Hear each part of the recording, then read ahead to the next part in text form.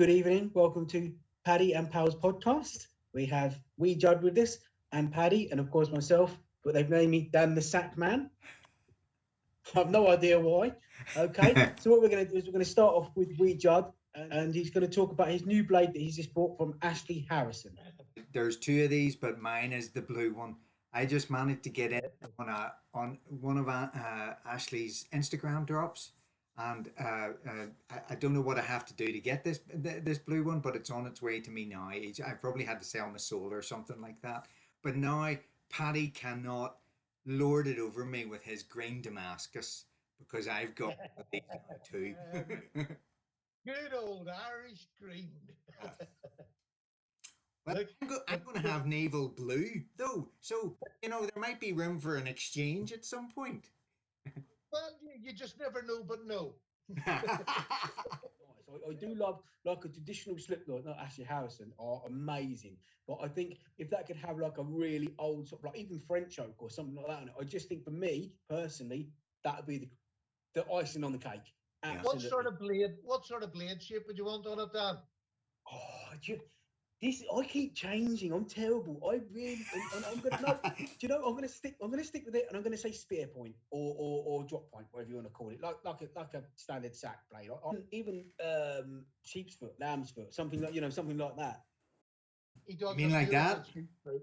Like You mean that. like that one See, there? this is the joy of us three because, like me and Justin likes his sacks, but he also likes his traditionals. You're really just the sack man because you sell them, you clean them, you sharpen them, you do services on them. So it's nice to have somebody from outside our wee clique that's doing something different. I mean, I love my sacks now mainly because of you and Justin. So that's the joy of this hobby. You can move all over the place. That is. Oh, it's But certainly. I Yeah, have it's to say, certainly very versatile, isn't it? It's very you can yeah, do, but there's so many sections of it as well. You've got yeah. Oh, modern definitely.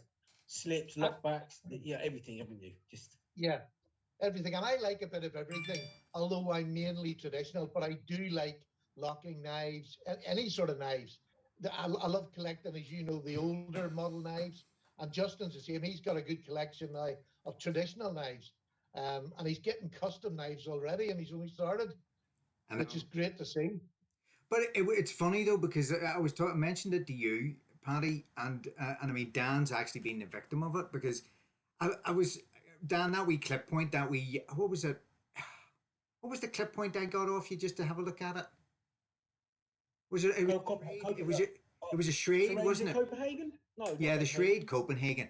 Now it was a Copenhagen, yeah, it was, yeah. knife, but it was just me sort of trying to dip my toe into the vintage side of knives, and I have to say, it just didn't, it just didn't grab me the same way Yeah. as the new. Honest to God, I think I just like stuff that's new and shiny. I think it's as simple as that. But funny you say that. I've got another customer who will only have the beaten up ones. And when I say beaten up, I mean well loved. Like Yeah. the knives you get. If I sent me something new and shiny, he'd be like, "Oh, why is it? I don't want this." So when things, some people only want knives that have got character, are 60 years old, have got the old chip in it. Have got. Mm-hmm. I'm not talking about the blade chip, but they've got like a tiny bit of dent in here and a bit of beating up there. Nothing that's badly made or is but something that's being used. Some people really like vintage American stuff and vintage Sheffield stuff that's got that history, got that's been in someone's pocket, that scratches from a coin or Yeah. whatever that is. Some people are wild for that for Swiss that Army Grizz. yeah. Swiss Army Grizz loves the old battered ones. He just repaired one and put a new handle on it. It was an old 1920s sack knife, and he That's made the right. Yeah. handle. He made it himself, refitted it. It looks amazing. A couple of announcements. Justin, do you want to say who we've got on our first um, podcast that we're going to be joined by someone from the outside world? He's conned, sorry, invited our the channel's good friend Ben Belkin over to give have a wee chat with us. Honestly, I'm not sure he's wise because it's like talking to us three is like I don't know, throwing spaghetti at a wall. It's something that'll stick. But I mean, he'll end up confused and lost like the rest of us. But that's the good news. Ben Belkin of Jack Wolf Knives will hopefully be with us next week. Oh, Yeah. can I just say about that, because Paddy sent me that Jack Wolf knife. What was the latest one called? It was a Midnight Jack you got. Midnight Jack. Now I'm just No, going to it have. wasn't. Sorry. No, you didn't. You got the. It was the sharpshooter. It was the sharpshooter. It was a Sharpshooter, Jack. sharpshooter because there's Yeah, you got the sharpshooter. that's it, because there's the guy on the front of the tin with the like the sniper rifle. Now I'm just going to give 30 seconds of my very quick opinion on it. So receiving it from Paddy, the tin is just there's no other words. There's some serious thought gone into that, and just like the fact that there's like a wolf there with Jack Wolf with the sniper rifle. I mean that's out of this world. That's like Doctor Strange on steroids. That is, I think we all take our hat off to you for just the tin alone. Forget the knife. I'll just have the tins. I could just collect them tins. All them designs are done by a fella called Sean Tiffany, and he has designed comics like Marvel and things. He has done, drawings for Marvel. So he's a really talented man. And every tin has a different artwork on it, which is just fantastic. Yeah, the tins are made. Then you open it, and there's a proper like cloth, not like some pound. Yeah, that's it. Not like some pound lad junk. Just a proper nice microfiber cloth, and then you get like a really soft. And you don't often get soft leather slips. It's a really with the stamp Jack Wolf in it. The attention to detail on these, and you guys know, Judd and Paddy know that I'm not really into expensive knives. It's not my thing. I'm into affordable EDCs and sort of legal carries, stuff like that. But it is just, I'll just be as quick as I can. You get the blade. When I first saw it, I didn't understand it. And the reason I didn't understand it is because it's not a traditional slip. It's just a modern slip joint. I was trying to compare it to something that would have pinning in it, something that was this, something that would be high carbon steel. So for me, to see grind marks in the blade was very strange, and I was just not used to this. But then when you think about it, it all makes sense. Everything is made absolutely beautiful. And the edge on the M39, and I did put a small edge on there before I sent it back to Paddy. And more an excellent edge. An excellent edge, I may add. Thank you very much. And I abused that. I was cutting through box after box. I was just deliberately cutting stuff, and it was just. Oh well, that's your last one. I don't know why I'm part of this group. Let me just quickly explain. So I work part time. I do the company part time because obviously it's still growing, and I still have to work on like building sites and stuff. And these two are worse than that. Honestly, they're horrible. They take my money, they take my stock, and now they insult me. What? Oh, you filled me with pride. Yes, dry your eyes, build a bridge, get over it, Dan. Anyway, just a quick finish. For me, Jack Wolf, Mr. Jack Wolf, now I understand. Now I've got my head around the fact that it's not what I thought it was. It's a modern slip with all the modern like cartoon drawings and stuff. It is. I'll make 10 out of 10. Well done.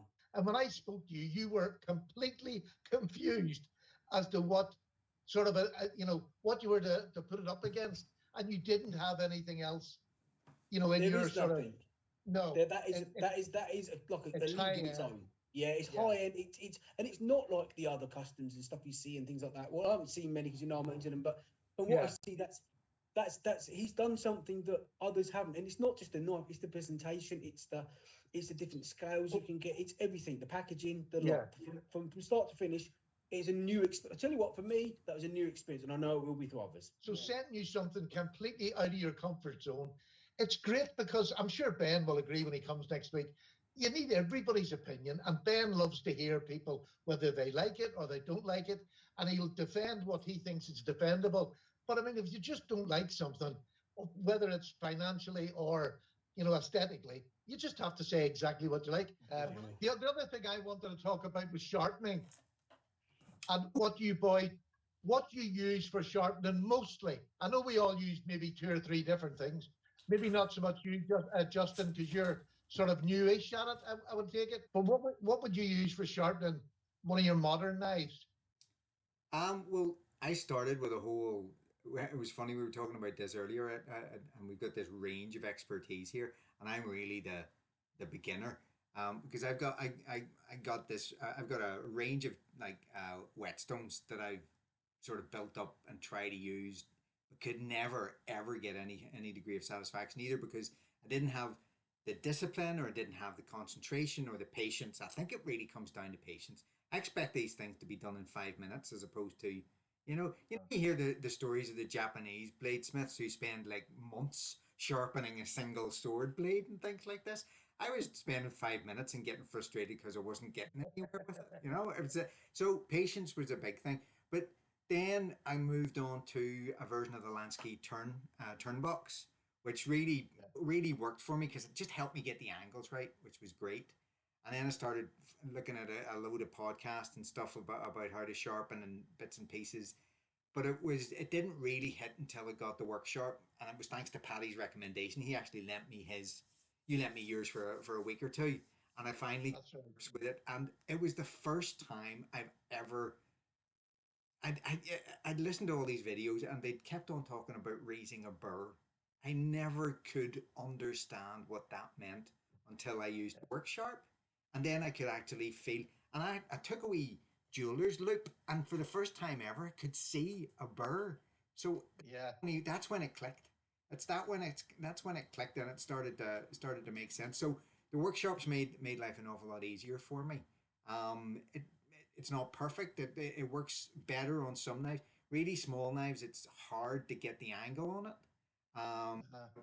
it's definitely worth playing around with. But that's pretty much my journey's still ongoing. I'm still Justin, Dan, um, you use stones, don't you? Mostly, you don't use fixed angle sharpeners. I would rather cut off my hand than use an angle sharpener. Honestly, I know you lot take the mick and say, "Oh, Gypsy Dan," but I am very much a traditionalist. Like I used carborundum for like 10 years straight, just a coarse and a fine, or an aluminium oxide, or yeah, carborundum is slightly harder than aluminium oxide. Uh-huh. But it breaks away as well quite nicely, revealing fresh fresh material on the top. So if you've got a bench stone like that, maybe that'd be 6 inch or 9 inch, and you've got coarse at the bottom, and then say fine at the top. I mean, fine on carborundum is probably not even a grand. It's probably not even 1,000 grit or something. I don't know exactly what it is, but Yeah. because I douse mine in oil. I only ever cut with oil. I just hate anything Right. else because it breaks away and you get a fresh cut basically every time. And Yeah. the two things, they get clogged, so you must clean them a lot. And thin oils will help unclog it straight away. And also they get out of shape, so you've got to keep them flat. But they are very good, the carborundums, and I still reach for them now. But at the minute, I'm using DMT diamond, and I'm also using some Russian ones that I actually got from Paddy, but are like a diamond encrusted thing.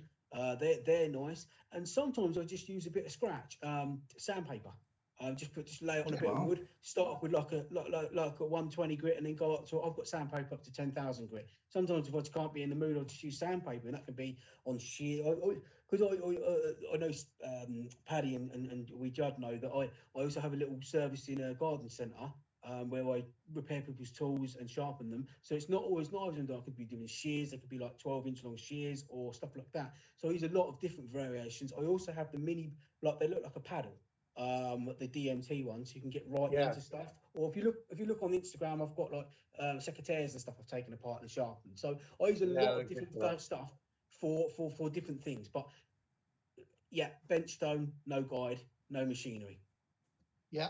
Look, I'm like true. you. I like freehand, but if I'm going to do a regrind on one of my good knives and I want to get that perfect edge on both sides, I'll use the fixed angle sharpener. I'll only ever have to do it once because freehand, I can keep it sharp for the rest of its life, really. Hmm. But to get that perfect grind on my knives, I tend to use the fixed angle. I've still got And a way to go. well, come over to the house one day and we can just sit down and have a go at it. Yeah, I I'll have give a Sounds you like a a carburetor. good plan. I have a sharpen. carburetor. Yeah. I have a carborundum stone there that I used for about a year, and it's fantastic. And you can get a really good finish on your knife. I know it's not a 5,000 grit, but by gosh, you can get a great finish on them. And then Yeah, very. a strop finishes them all off. We've actually got about 4 people lined up to come on and give us an insight into their world. They're all from different worlds in the knife community, as in suppliers of oils, um, custom makers, knife company owners who make in bulk as well. Arthur Wright, being one of them. His son's coming on, Ashley Harrison.